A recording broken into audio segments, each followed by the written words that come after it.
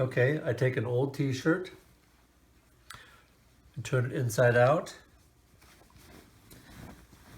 Then I'm going to measure 6 inches from the bottom of the t-shirt and cut along the lines.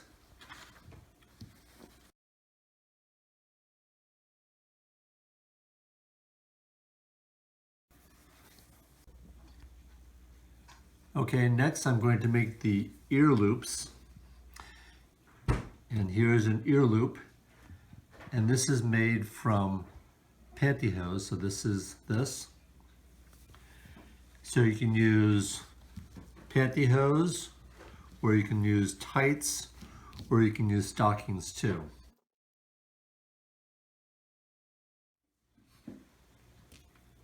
First I'm making a little hole here, then I'm going to cut.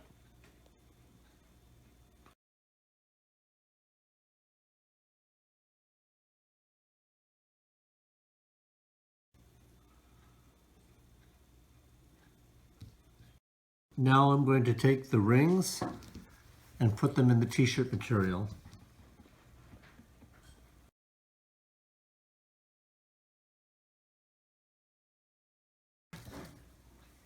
The t-shirt material has been laid flat, and so that is ready for sewing.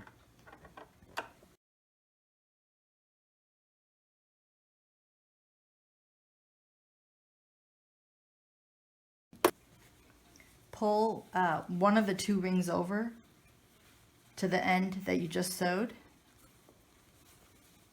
so that there's a ring on each side. Flatten out to the best you can the side that doesn't have the hem.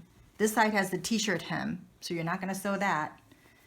You're going to sew the side that doesn't have the hem, lie it flat so that they meet each other, and have the ring at the other end, at the far end.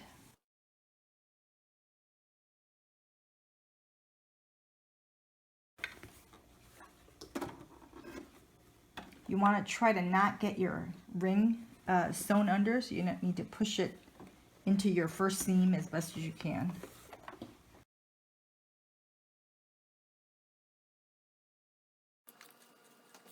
That's it for the machine part.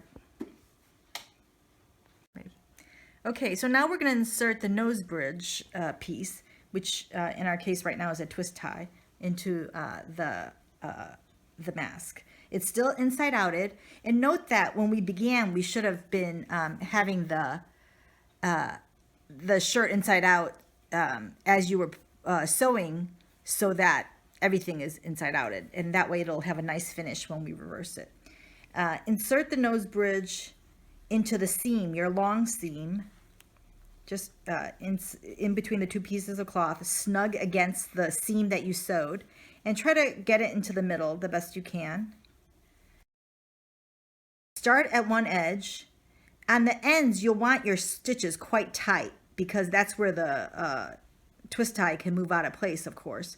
So I make those, usually try to get 2 into the end, 2 stitches into the end, and then you'll want to continue having it quite tight for a little bit on the sides, because obviously when the twist tie bends, it can very easily move out of place. So for another, I don't know, ½ inch or so, you'll want your stitches to be very tight like this. Once you get past the point where the twist tie is likely to shift out of place, then you can make much bigger stitches. Getting close to the other end, so I'm going to now start to decrease the length of my stitches to make sure that this end doesn't move out of place. Do some small stitches. And again, the end, I want to try to do some small stitches to make sure that it doesn't get, to make sure that the twist tie doesn't move. Make sure it all lies flat, and then knot it off. Now that we've got our twist tie in, we're ready to right side out our mask. We're going to put a stitch on the bottom here which will make it less floppy and will allow us to insert filter material later, or the user to insert filter material later, which in this case is a paper towel. But all we do is you look for the middle point of the mask on the bottom, the finished hem of the t-shirt, and put in 2 stitches. Just a couple stitches so that the filter material won't fall out. Like I said, later the filter material will go here, and the stitch that you just put in will keep the filter material from falling out. You're good to go. Now, as you can see, this is going to be, for this particular mask, it is tight on the ears for me. So we have a solution to this. We take 2 pieces of string and just tie them to the ear loops. So the string is on the 2 ear loops like this.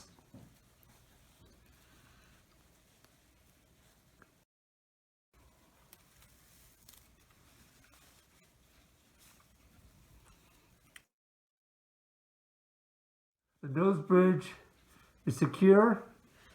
This is very secure here. This is very secure here. And it's quite comfortable.